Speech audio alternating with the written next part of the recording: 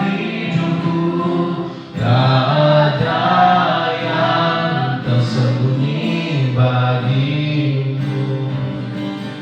Tak kulihat kebaikanmu yang tak pernah habis di hidupku. Ku berjuang sampai akhirnya kau dapati aku tetap setia. Tak kulihat kebaikanmu yang tak pernah habis di hidupku. Kami mau berjuang, berjuang sampai akhirnya kau dapati aku tetap setia. Tak kulihat, amin Tuhan, kami belajar semua kebaikan-Mu Tuhan yang tak pernah habis-habis dalam setiap kehidupan kami, yang tak pernah habis-habis setiap kami dalam setiap hari demi hari Tuhan. Kami mau berjuang bersama-sama sampai kami mendapatkan Tuhan.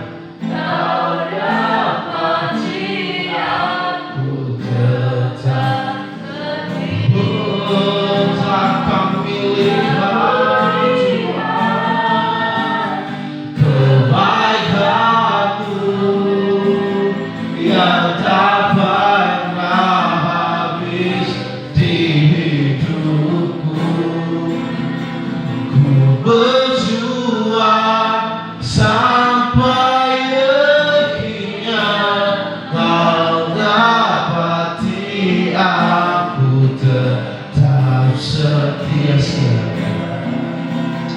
Tak kulihat kebaikan-Mu yang tak pernah habis di hidupku. Ku berjuang sampai akhirnya kau dapati aku tetap setia. Kau dapati aku tetap setia. Kau dapati aku tetap setia.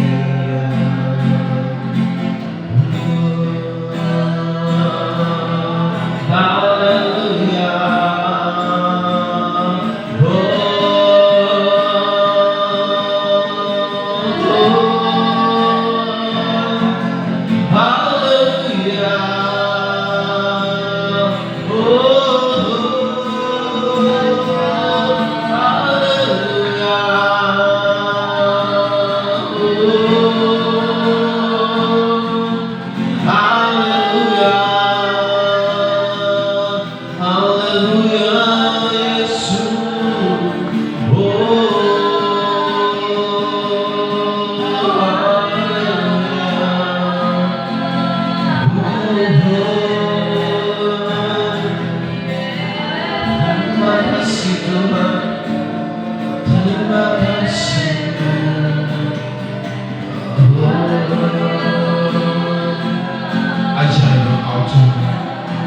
Selidiki hati kami Tuhan, selidiki setiap hati kami.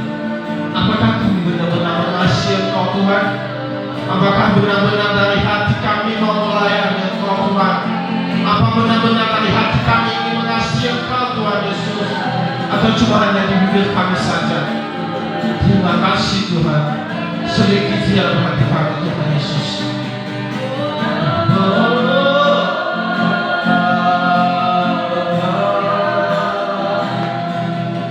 Terima kasih Tuhan. Haleluya.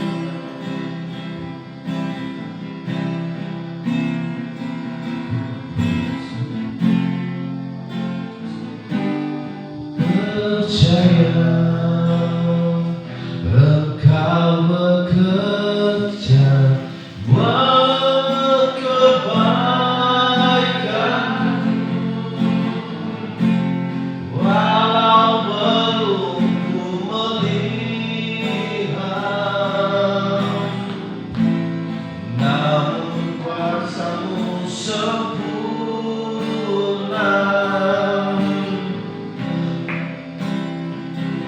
Ku percaya pasti Tuhan bukakan jalanku, walau belum terbaik. Seturut kehendak-Mu ku percaya.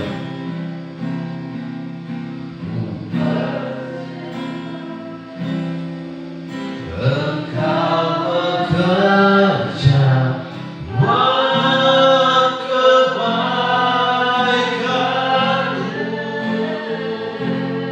walau belum ku melihat, namun kuasa-Mu sempurna. Katakan ku percaya. Percaya pasti Tuhan, pasti bukakan jalan, bukakan jalanku di waktu yang terbaik, di waktu yang terbaik. Seturut kehendak. Sekali lagi katakan ku percaya.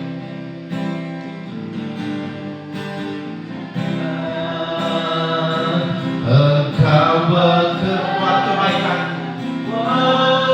kebaikanku, walaupun melihat, walau belum ku melihat, namun kuasa-Mu sempurna, namun kuasa-Mu sempurna.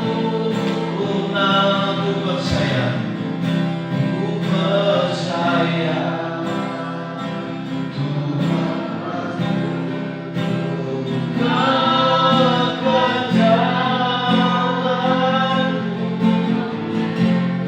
Di waktu yang terbaik, seturut kehendak-Mu.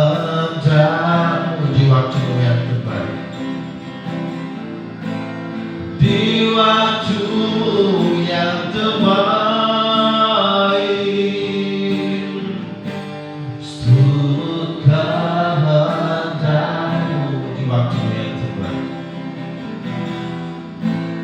di waktu yang terbaik, seturut kehendak-Mu. Terima kasih Tuhan Yesus, terima kasih. Ini setiap permohonan kami, ini setiap penyembahan kami Tuhan Yesus, Kau layak di hadapan Engkau. Sementara Tuhan kami akan sharing satu sama lain. Engkau berkati hamba-Mu yang perlu bimbingkan pada pagi hari ini Tuhan. Apapun yang keluar dari bibir hamba-Mu Tuhan, itu yang berasal dari Engkau. Terima kasih Tuhan Yesus, terima kasih. Haleluya, amin.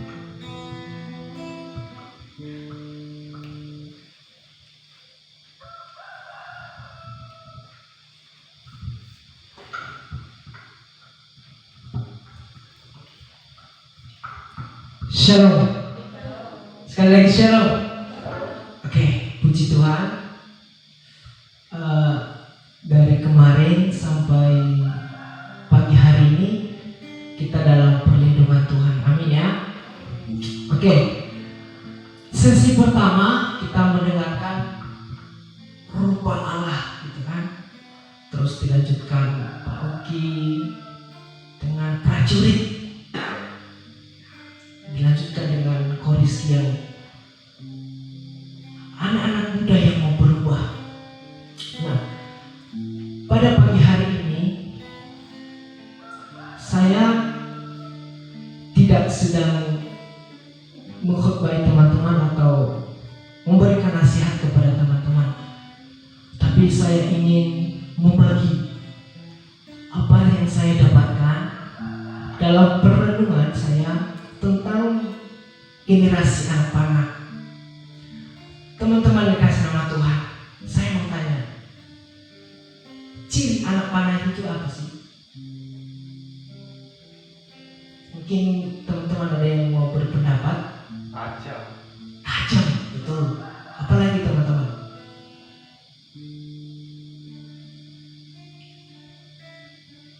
Banyak hal ya. Sebenarnya ada dalam hati teman-teman tapi takut mengungkapkan karena kedinginan kayaknya.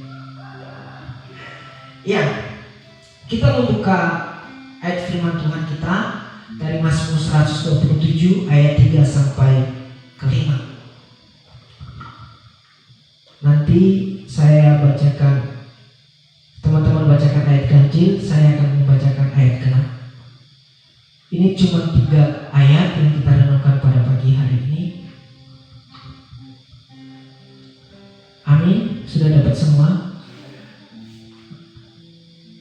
Mazmur 127 ayat 3 sampai 5.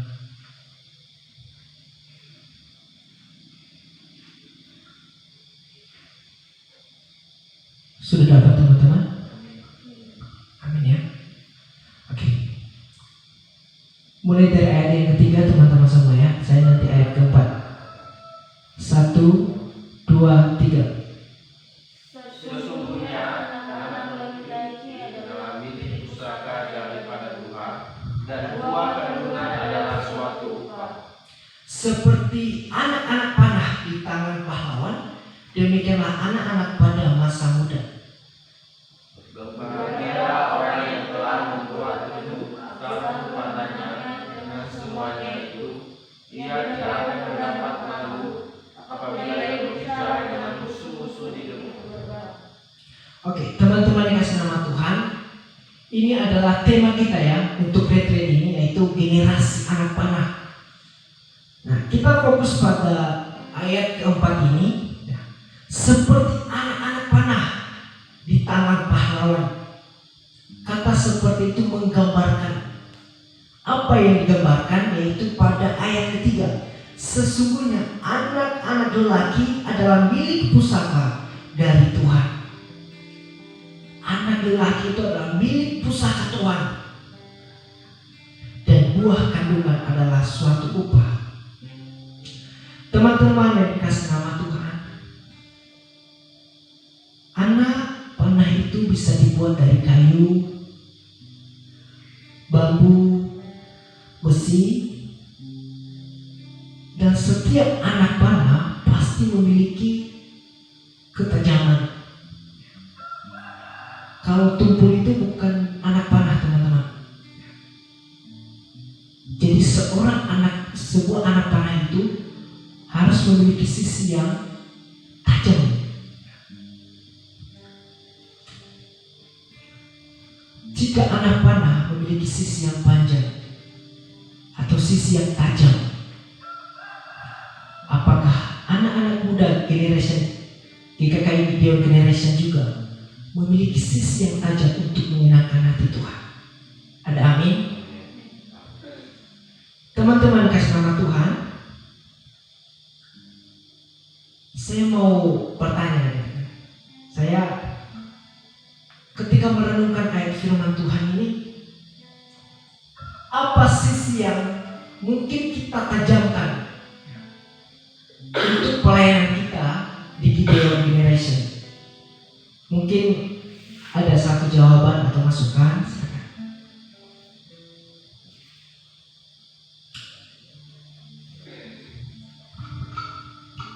Ya mungkin tidak bertengkar di grup. Amin ya. Kok suaranya cuma satu? Amin. 1, 2, 3 katakan bareng-bareng saya. Amin. Amin. Amin. Amin. Gitu. Semangat. Pagi-pagi itu harus semangat. Kalau kita mau menyenangkan hati Tuhan, itu nggak mudah tersinggung teman-teman. Teman-teman, saya ambil ilustrasi dalam hidup saya. Nama saya terlalu banyak teman-teman.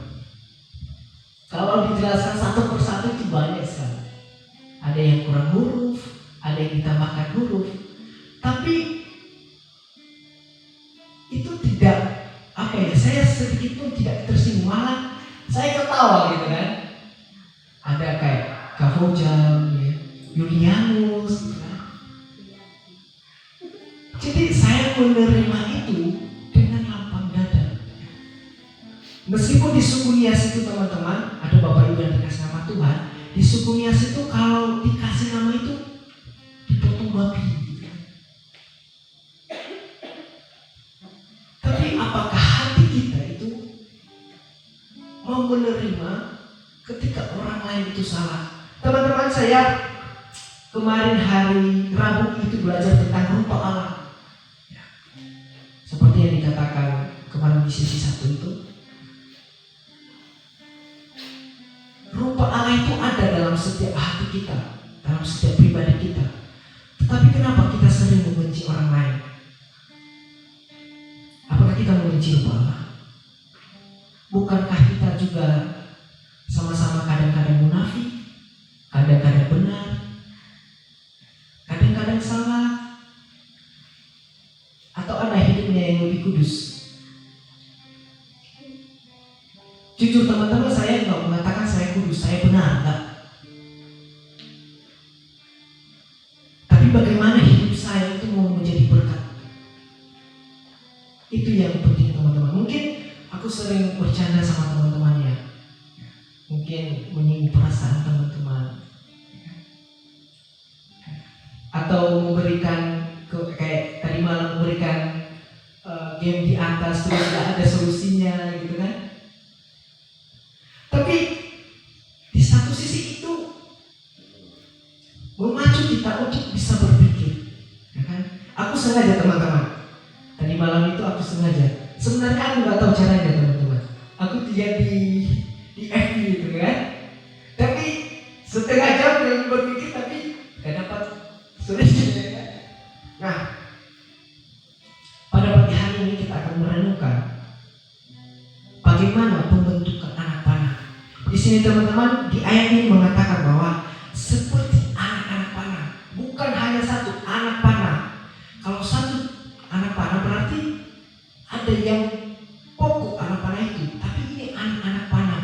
Nah, teman-teman dikasih nama Tuhan, anak panah mempunyai fungsi yang pasti. Apakah kita juga memiliki fungsi yang pasti di hadapan Tuhan? Ketika kita sudah ditebus, ketika kita sudah memilih Kristus sebagai juru selamat kita, apakah kita memiliki tujuan yang pasti? Oke teman-teman, kita akan belajar 3D pada pagi hari ini. Bagaimana sih menjadi anak-anak panah Kristus? Yang pertama, dibentuk. Teman-teman, pertama anak panah itu dipilih bahan yang keras, bahan yang kuat, dan dibentuk, diukir. Kita percaya semua kita adalah anak-anak panah ya. Tapi tidak ada anak panah yang tidak dibentuk. Apakah di retreat ini kita juga dibentuk teman-teman? Atau kita saling menyalahkan? Atau dalam pelayanan? Contoh, kesatuan hati dalam pelayanan itu sangat dibutuhkan. Kalau satu orang berjalan ke depan, satu orang mundur, itu pelayanannya bisa maju, tetapi lambat. Nah, anak panah itu dibentuk supaya apa? Supaya sesuai dengan kriteria. Masa anak panah diambil terus dikasih busur, tapi anak panah yang sesungguhnya itu pasti dibentuk, diukir, dan anak panah itu tajam. Teman-teman kasih nama Tuhan. Aku sering bertanya kepada teman-teman, mungkin saya sering canda gitu kan bertanya. Saya pengen itu belajar supaya pikiran saya itu tajam kepada Tuhan. Saya nggak mau diombang-ambingkan teman-teman. Dan saya percaya juga tidak ada di antara kita yang mau hidupnya diombang-ambingkan.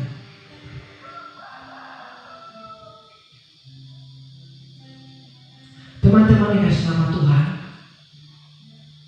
adalah di retreat ini kita mempunyai kerinduan supaya Tuhan, ya, kita mengizinkan Tuhan untuk membentuk hidup kita. Dimanapun kita melayani teman-teman, dimanapun kita berada, pembentukan itu selalu ada. Salah satunya adalah masalah. Masalah demi masalah yang kita hadapi itu bisa membentuk kepribadian kita. Singkat cerita teman-teman, saya melayani di panti. Saya benci sekali anak-anak teman-teman. Saya bukan latar belakang yang baik-baik saja. Saya pernah melempari uang kepada orang tua saya. Saya pun pernah mempunyai rencana untuk membunuh orang. Saya pernah memukul orang. Saya merokok, saya meminum. Bukan latar belakang yang baik-baik. Tapi aku punya kerinduan supaya Tuhan itu membentuk hati ini loh. Hati yang keras ini. Apakah kita pernah mengatakan, Tuhan, bentuklah hati saya Tuhan.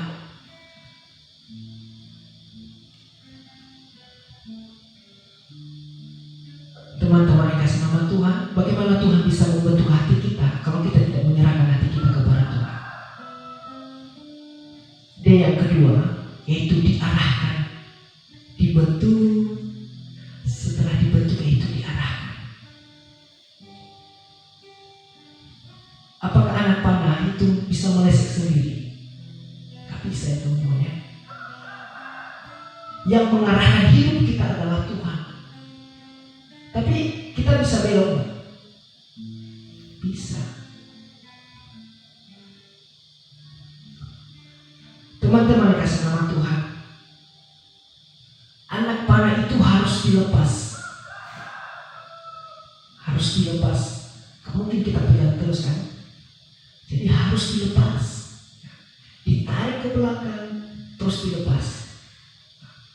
Teman-teman yang kasih nama Tuhan, izinkan Bapak rohani, gembala kita, orang tua kita untuk mengarahkan kita. Gak ada orang tua atau gembala atau bapak rohani, ibu rohani yang mau mengarahkan anak-anak rohaninya ke dalam jalan yang tidak benar. Tapi sulit, itu yang menjadi tantangan dalam kehidupan kita. Diarahkan itu sulit teman-teman. Seringkali kita tidak sampai ke sasaran karena mengikut yang kita mau.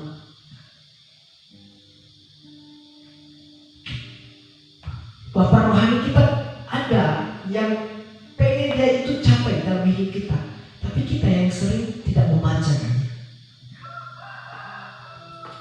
Teman-teman yang kasih nama Tuhan, milikilah hati yang mau diarahkan seperti anak panah. Yang ketiga yaitu diseimbangkan.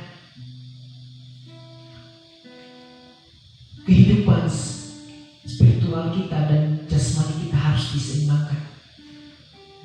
Teman-teman yang kasih nama Tuhan, aku sering melayani orang-orang yang memiliki kebaikan kepada orang tuanya. Contoh gembala ya, yang memiliki anak, tapi kebaikan kepada anaknya. Karena apa? Dia lebih rela meluangkan waktu berjam-jam kepada jemaat daripada kepada anaknya sendiri. Ketika jemaatnya ada masalah, dia meluangkan waktunya. Tapi kepada anaknya sendiri enggak. Aku pernah ketemu satu anak, ibunya itu kerja di bank dan ayahnya adalah seorang tentara. Tapi dia mengatakan itu, saya menyuruh dia, aku memaafkan orang tua saya. Tidak bisa teman-teman. Dia nangis karena memiliki kebaikan kepada orang tua. Aku ini loh Kak, aku gak bisa melihat orang tua saya itu di rumah sibuk bekerja.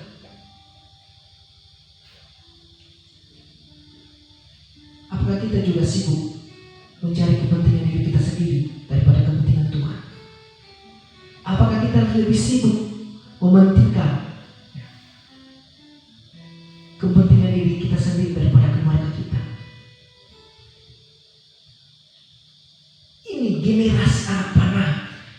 dimaksud di sini. Harus memiliki jiwa itu. Jangan hanya memikirkan satu hal, tapi mikirin satu hal juga gitu ya.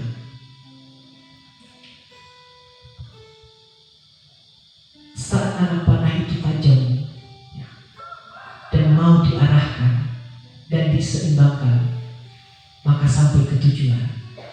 Ya. Amin ya teman-teman ya. Saya akan memberikan ilustrasinya teman-teman. Saya membawa pisau, ya kan? Saya membawa ini dan aku bawa karet. Kita sama-sama ya teman, sama-sama mempraktikkan ini. Meskipun sederhana, semoga teman-teman bisa menangkapnya.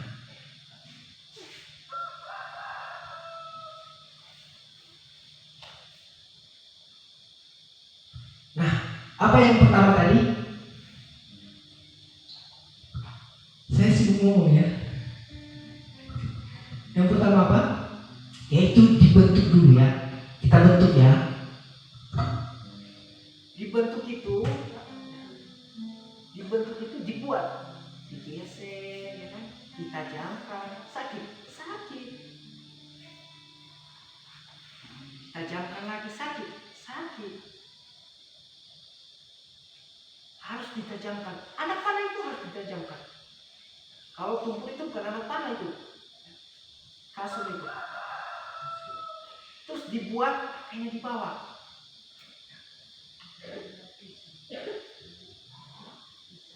Ini kayaknya lembek teman-teman. Terus apa? Setelah itu diarahkan. Kan kita mempunyai titik gol, ya kan? Titik gol ini. Tuhan itu punya rencana dalam kehidupan kita. Tapi ketika Tuhan membebaskan kita bisa nggak sampai ke sini? Bisa, karena kita memiliki kehendak bebas. Adam dan Hawa aja bisa memohon kepada Tuhan. Bahkan dia itu lupa. Nah, sekarang kita ambil kakeknya. Yang ketiga itu diseimbangkan. Teman-teman yang kasih nama Tuhan, Bapak Ibu yang terkasih nama Tuhan. Percaya nggak percaya, masalah yang kita hadapi sebenarnya itu menguatkan kita. Kalau ini hanya ditarik ke belakang seperti ini nggak majunya nggak kencang gitu ya. Tapi ketika kita di satu posisi yang nyaman, terus dibanting itu, ditarik sampai ke titik yang kita sudah menyerah sama Tuhan. Tuhan, aku nggak bisa lagi Tuhan. Tapi ketika kita ditarik seperti itu, maka kita bisa meloncat setinggi yang Tuhan mau. Teman-teman yang kasih nama Tuhan, masalah yang kita hadapi jadikan kekuatan. Jadi anak panah yang kuat, yang tajam.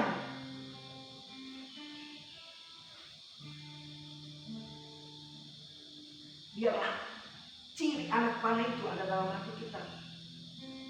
Ketundukan, mau belajar itu harus. Teman-teman, tadi malam aku nggak tidur karena ngomong sama itu mas-mas itu. Sadar nggak sadar, saya itu pernah belajar satu guru dengan dia, pernah dibawa praktek. Karena apa? Awalnya ya ini siapa, tapi ketika kita cerita, beda pengajaran nggak apa-apa teman-teman. Terbuka. Teman-teman yang kasih nama Tuhan, jadilah pribadi seperti anak panah yang mau diubahkan, yang mau dibentuk, yang mau diarahkan, dan memiliki keseimbangan dalam kehidupan. Pada pagi hari ini, kita harus memiliki hati sebagai anak panah.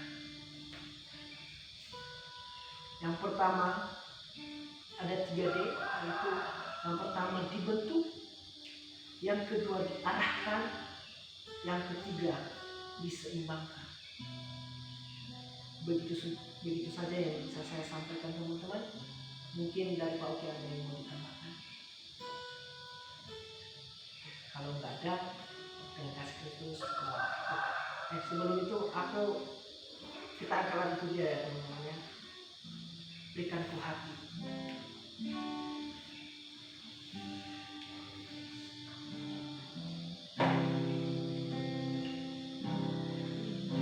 Kita ayo sama-sama katakan sama Tuhan, berikan ku hati Tuhan.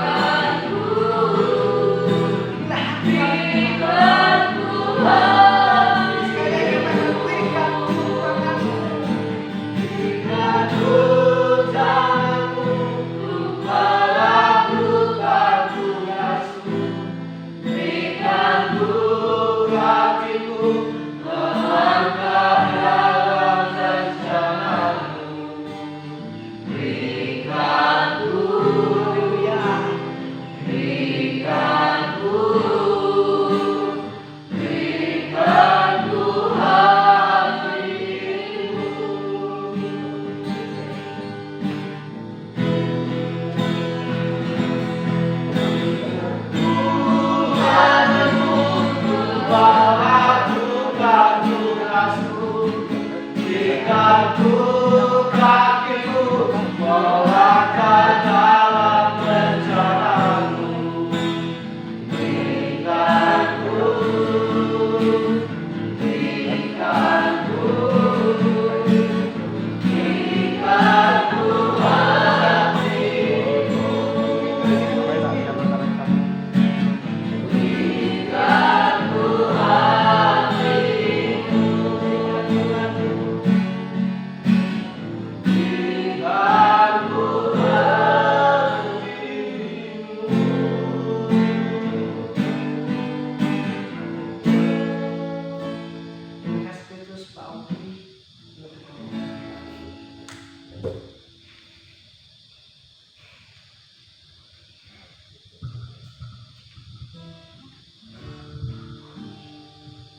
kita bersatu hati di dalam doa.